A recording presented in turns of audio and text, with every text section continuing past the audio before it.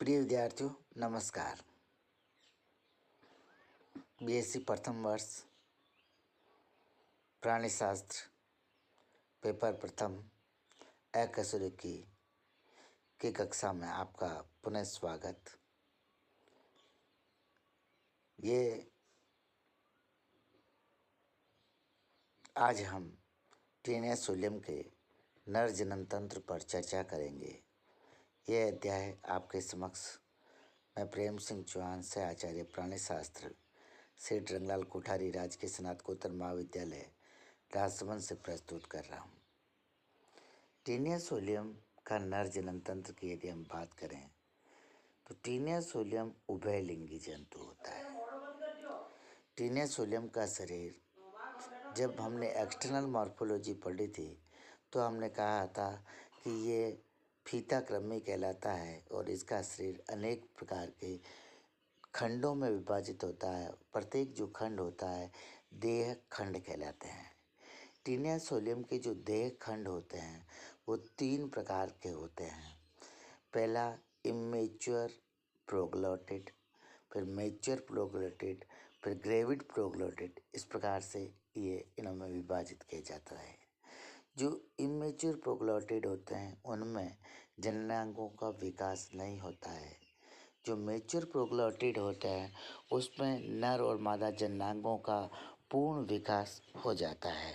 तो हम कह सकते हैं कि टीनिया सोलियम का प्रत्येक जो परिपक्व या मैच्योर प्रोग्लोटिड या देहखंड होता है वह उभयलिंगी होता है और प्रत्येक परिपक्व देहखंड में नर जननांगों और मादा जननांगों का एक पूर्ण समुच्चय या सेट पाया जाता है। जननांग जो होते हैं मेसेनकाइम में विकसित होते हैं। ये जननांग प्रोटोएंड्रस होते हैं।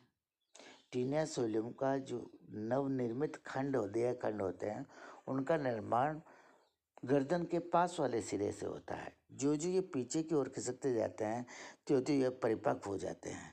तो गर्दन के पास से में टीनिया सोलियम में 400 या 450 खंड हैं। उसमें से स्ट्रोबिला, जिसको इन देह खंडों से बने हुए रीजन को स्ट्रोबिला कहते हैं। स्ट्रोबिला का जो मैच्योर रीजन होता है वो पहले 100 से 150 खंडों में होता है। इन 100 से 150 खंडों में केवल नर जननांग परिपक्व होते हैं या नर जननांगों का निर्माण होता है और ये पहले होता है, इसीलिए इस कंडीशन को प्रोटोएंड्रस कहा जाता है। पहले 100 से 150 खंडों के पीछे के जो देह खंड होते हैं उनमें जननांगों के दोनों समुच्चय नर जननांग और मादा जननांग दोनों उपस्थित होते हैं। ऐसे जो प्रोग्लोटिड होते हैं उनको मैच्योर प्रोग्लोटिड्स कहा जाता है। मैच्योर देहखंड कहा जाए, परिपक्व देहखंड कहा जाता है। जो इसके पीछे के पश्चात जब ये परिपक्व देहखंड में जो इनकैप्सुलेटेड एग्स या संपुट भरे होते हैं यूट्रस में भर जाते हैं तो उसमें 12 या 13 शाखाएं बन जाती है। ऐसा यूट्रस में जो जननांग होते हैं वो वापस विघटित होने लग जाते हैं। तो ऐसा जो खंड होता है उसको गर्भित देहखंड या ग्रेविड प्रोग्लोटिड अन्नपूर्ण देहखंड कहा जाता है। अब हम बात करते हैं, हमारे मेन टॉपिक या नर जनन तंत्र पे आ जाते हैं। टीनिया सोलियम का जो नर जनन तंत्र होता है उसमें मुख्यतः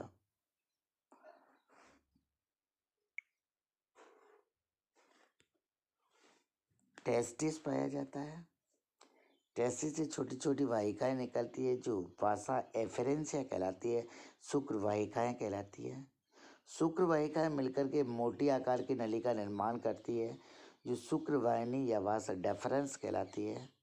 वासा डेफरेंस मस्क्यूलर सिरस में खुलती है और सिरस जेनेटल एट्रियम में के माध्यम से बाहर कॉमन गोनोपोर के द्वारा खुल जाता है। इन्हीं संरचनाओं को टेस्टिस, वासा एफरेंसिया, वास डेफरेंस, सीरस और जेनेटल एट्रियम को हम डायग्राम में देखते हैं। ये हमारे पास टीनिया सोलियम के रिप्रोडक्टिव सिस्टम का डायग्राम है। यदि इस डायग्राम को हम देखें तो इस डायग्राम में ये छोटी छोटी अनेक संरचना जो हमारे पास है, सॉरी इसको थोड़ा सा सेट करना पड़ेगा।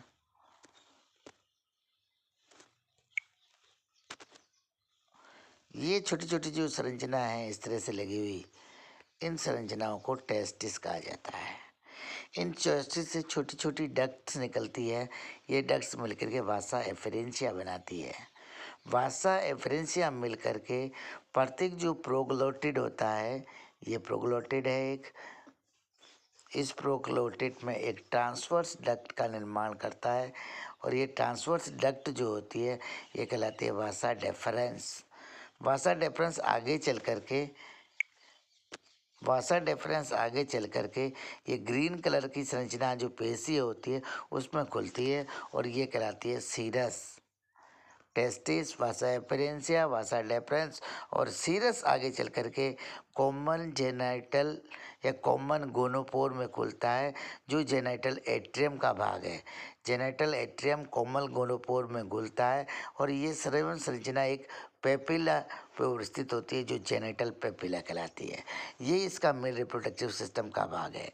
टेस्टिस, वासा एफरेंशिया, वास डेफरेंस, वासा डेफरेंस के पश्चात आगे हमारे पास सीरस, सीरस के बाद में आगे genital atrium, genital atrium common gonopore located on the genital papilla. ये मेल रिप्रोडक्टिव सिस्टम का भाग है। अब हम बात करते हैं इसके टेस्टिस की। टेस्टिस जो होते हैं संख्या में असंख्य, छोटे छोटे गोलाकार व्रस्त होते हैं जो इसकी ऊपर की सतह जो होती है खंड की उसके साथ मेसेंकाइम में बिखरे हुए होते हैं। प्रत्येक टेस्टिस से एक महीन नली शुक्रवाहिका निकलती है जो सभी प्राय निकटवर्ती अन्य व्रसनों से निकलती हुई शुक्रवाहिकाओं के साथ में मिल जाती है।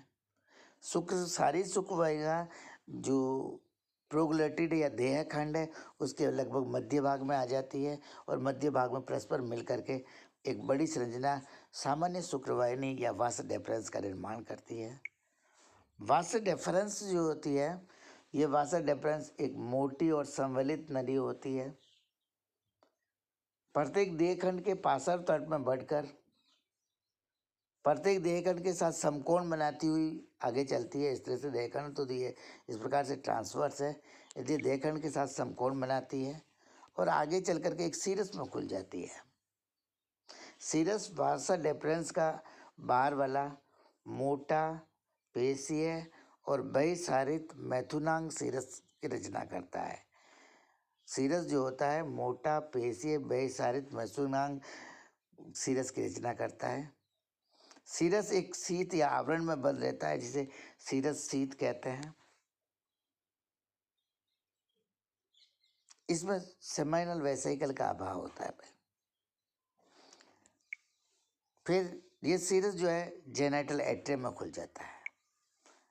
तो genital cirrus male genital aperture के द्वारा जेनाइटल एट्रियम में खुलता है।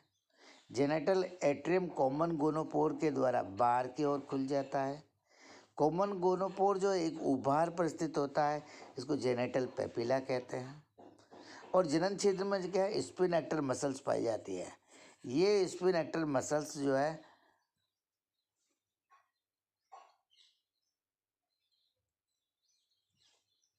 उत्तरोत्तर जो देहखंड में सम्मिलित जनन छिद्र द्वारा दाएं और बाएं पार्श्वों पर जनन छिद्र उपस्थित होते हैं। स्पिन एक्टर मसल्स के जनन छिद्र के खोलने और बंद होने को नियंत्रित करती है।